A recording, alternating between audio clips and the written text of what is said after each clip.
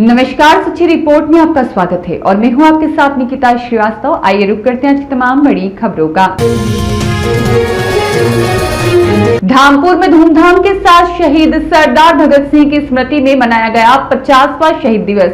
जनपद बिजनौर के नगर धामपुर में आज मुख्य बाजार में स्थित शहीद सरदार भगत सिंह की प्रतिमा पर देश के लिए प्राण न्यौछावर करने वाले शहीद भगत सिंह की पुण्यतिथि के अवसर पर 50वां शहीद दिवस मनाया गया।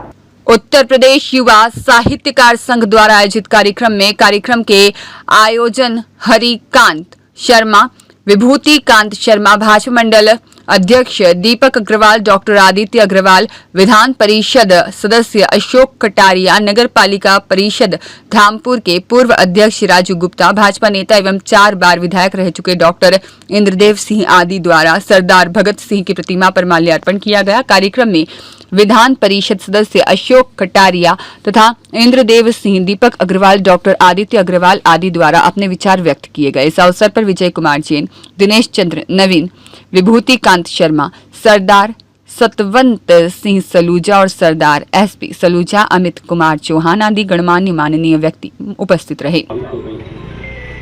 लेकिन करोड़ों की संख्या में ऐसे हैं जो दबे रह गए। हर जिले में ऐसे 100 150 नाम है जिन्होंने हिंदुस्तान को आजाद कराने के लिए अपनी माँ की ममता को ठुकरा दिया, बहन की राखी को ठुकरा दिया और सारा जीवन देश की आजादी के लिए लगा दिया। ऐसे करोड़ों नाम हैं। उन सब करोड़ों हुतात्माओं को भी आज के अवसर पर मैं अपनी श्रद्धा समर्पित करता हूं। वंदे वंदे वंदे। हमारे जिले में नूरपुर में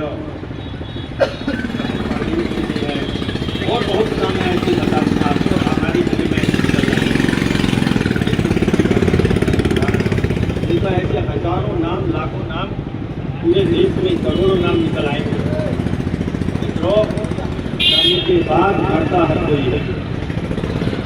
हम सब जितने यहाँ सभा में हैं और जितने दुकानों में बैठे हैं सभी मरने वाली यात्रा में है।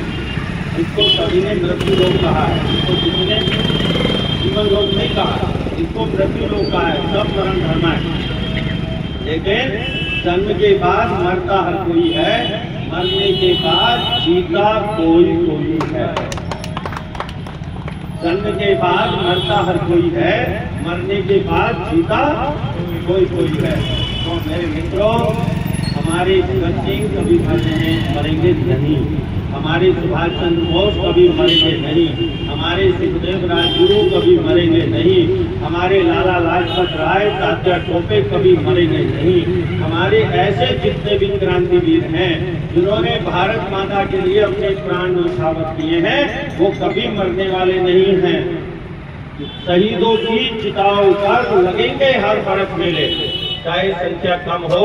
अभी कौन नवीन जी कह रहे थे शायद संख्या की बात, संख्या कम हो या ज्यादा हो, लेकिन उनकी चिताओं पर लगेंगे हर बरस मेले।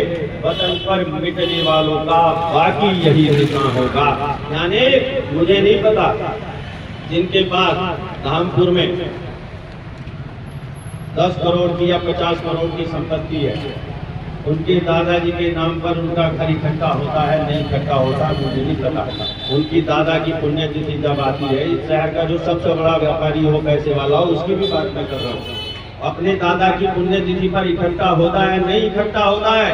लेकिन हरिकांत जी का परिवार पिछले 50 साल से शहीद भगत सिंह जी की पुण्यतिथि पर और बलिदान दिवस पर इकट्ठा बाकी लोगों को भी बुलाते हैं और सारा समाज उनका सरदार भगत सिंह जी का गुणगान करता है।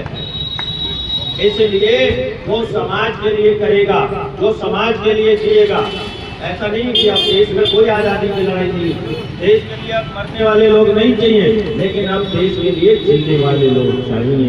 अब देश के लिए जीने वाले कैसे लोग चाहिए कि हमारे शहर का कैसे विकास हो, हमारे गांव का कैसे विकास हो, हमारे देश का कैसे विकास हो, अपने देश के लिए काम करने वाले लोग चाहिए। और मैं हमारे सलूजा जी बैठे हैं, मैं इन लोगों से भी निवेदन करता हूँ कि पंजाबी कॉलोनी में भी एक आयोजन हर साल ऐसा इस बार प्लान कर लीजिए। आप लोगों को करना ही चाहिए। जैसे गुरु पर्व हम मनाते हैं वैसे ही सारे शहर को बुलाकर सरदार भगत सिंह जी के नाम पर आयोजन होना ही चाहिए, किसी चीज की कोई कमी नहीं है। आप एक बड़ा अच्छा सक्रिय आयोजन करेंगे और देखिए वर्तमान ही रहता है, अब अतीत का क्या होता है और भविष्य का क्या होता है कुछ पता नहीं। हम जो वर्तमान में कर जाते हैं वही लोगों की निगाहों में और उसमें रहता है। इसलिए आप सब लोग सरदार भगत सिंह जी का यहाँ बलिदान दिवस मना रहे हैं। आप जो समय निकाल कर आए हैं मैं उनको भी हृदय से कृतज्ञता व्यक्त करता हूँ। और हरिकांत जी जो हमारे हरिकांत शर्मा जी हैं, इनके परिवार के प्रति तो मैं हृदय से अपनी कृतज्ञता व्यक्त करता हूँ कि ये एक इनिशिएटिव लेते हैं, एक कदम बढ़ाते हैं और सबको बुलाने का प्रयत्न करते हैं। वास्तव में ऐसे हुतात्माओं के, ऐसे बलिदानियों की हमेशा याद की जानी चाहिए।